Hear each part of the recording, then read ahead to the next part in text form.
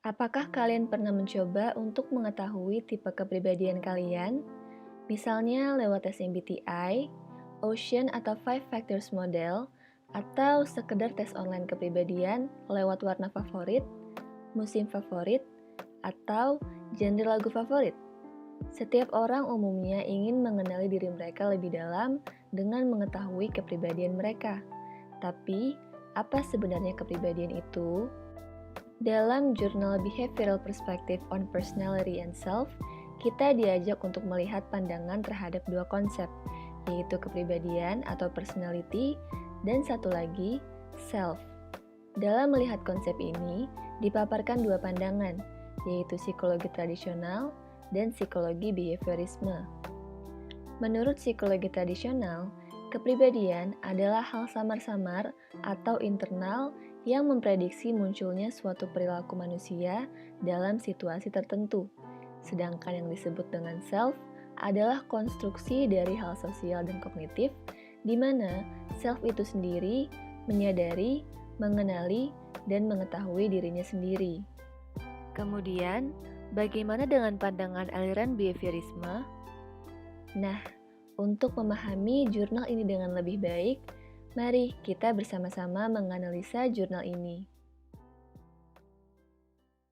Jurnal ini berisi asumsi-asumsi tentang personality theory dan theory of self dalam pandangan behaviorisme, dan juga merangkum bagaimana posisi dari ahli-ahli behaviorisme seperti Watson, Skinner, Stats terhadap personality theory dan theory of self. Jurnal ini juga ingin menunjukkan bahwa asumsi mengenai ahli behaviorisme yang dianggap mengabaikan topik kepribadian tidaklah benar, di mana pada kenyataannya, para ahli behaviorisme tidak mengabaikan topik ini dan tetap memberikan pandangannya walaupun lebih sempit jangkauannya. Ada beberapa pertanyaan untuk menyelesaikan masalah dalam jurnal ini. Yang pertama, apa itu personality dan self dalam behaviorisme? Yang kedua, bagaimana pandangan tradisional tentang personality? Yang ketiga, bagaimana teori psikologis tentang self? Yang keempat, apa itu personality dalam perspektif behavioral? Dan yang kelima, apa itu self dalam perspektif behavioral? Dalam jurnal ini digunakan beberapa asumsi. Salah satunya adalah empirisme. Hal ini terlihat dari objek kajian aliran behavioristik yang merupakan tingkah laku overt atau tingkah laku tampak yang bisa diukur secara objektif dan sistematis. Selain itu, asumsi lain yang digunakan adalah asumsi yang didasari oleh dimensi proses belajar. Sebagaimana dijelaskan juga dalam jurnal ini, bahwa personality dan self terbentuk dari proses belajar yang kontinu. Dimensi lain yang mendasari asumsi dalam jurnal ini adalah dimensi lingkungan. Bagi para behaviorist, lingkungan merupakan faktor yang sangat penting dalam menentukan tingkah laku. Asumsi ini dapat dilihat dari penggunaan reinforcement dan punishment dalam teori behavioral Skinner yang dianggap dapat membentuk tingkah laku individu. Jurnal ini, seperti yang sudah tertera jelas pada judulnya, menggunakan sudut pandang behavioristik atau behaviorisme.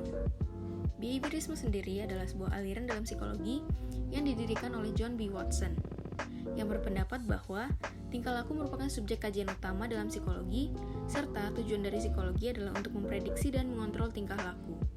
Maka dari itu, pembahasan topik utama dalam jurnal ini, yaitu personality dan self, dibahas secara mendalam mengenai kaitannya dengan tingkah laku. Konsep utama yang dipaparkan dalam jurnal ini adalah personality dan self. Seperti yang telah dijelaskan sebelumnya, personality dan self memiliki definisinya masing-masing dalam aliran psikologi tradisional dan behaviorisme. Sebuah konsep memiliki dua komposisi, yaitu comprehension dan extension. Comprehension adalah konten atau isi dari suatu konsep, maka comprehension dalam konsep ini adalah definisi personality dan self. Sedangkan extension adalah suatu kelompok di mana ide dapat diaplikasikan. Maka, bila konsepnya adalah personality dan self, semua personality dan self yang dimiliki oleh seseorang adalah extensionnya. Jurnal ini merupakan sebuah artikel teoritis, sehingga data, informasi, dan bukti yang digunakan dalam jurnal ini berasal dari hasil penelitian dan teori-teori yang dikemukakan oleh tokoh-tokoh terdahulu, seperti Skinner, Watson, Cattell, Alport, dan lain-lainnya. Kemudian, semua data dan informasi tersebut dirangkum menjadi jurnal untuk menunjukkan sudut pandang tokoh-tokoh behavioris secara general terhadap personality dan self. Bentuk data dan informasi yang digunakan sebagai bukti berbeda-beda, tergantung referensi yang digunakan oleh jurnal ini.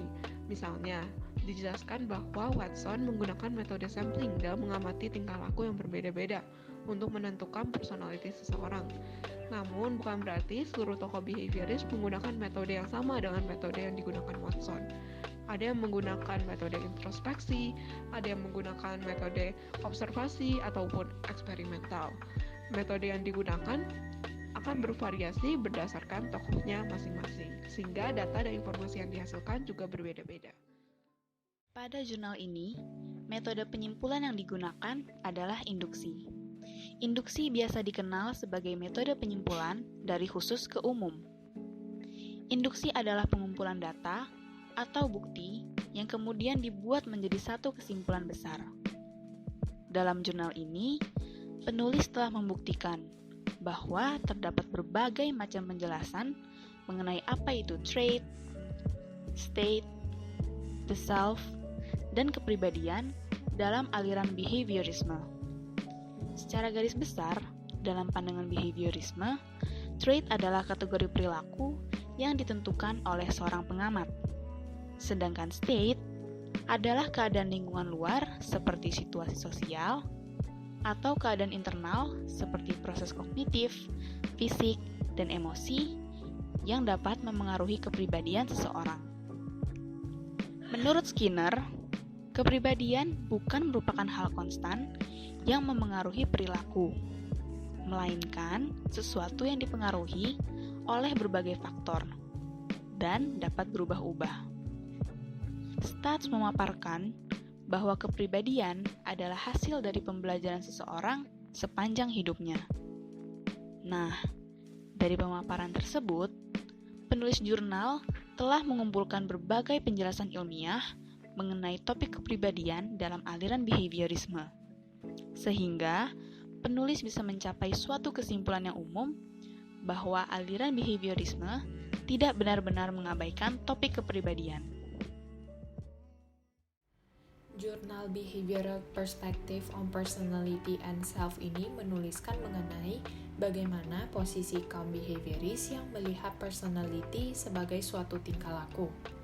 Implikasi dari melihat self sebagai tingkah laku adalah self dapat menyediakan positive reinforcement agar suatu tingkah laku dapat diulang.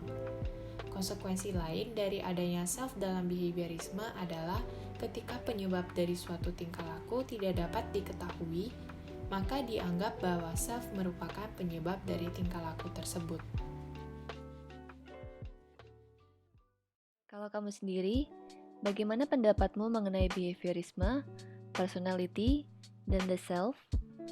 Terlepas dari kedua pandangan yang berbeda ini, mengenali diri sendiri tentunya adalah hal yang sangat penting dalam memahami diri kita dengan lebih baik, serta dalam menjalani hubungan dengan orang-orang terdekat. Akhir kata, terima kasih sudah menonton video analisis jurnal Behavioral Perspective on Personality and Self bersama kami. Semoga kamu mendapat wawasan baru dari video ini. Sampai jumpa!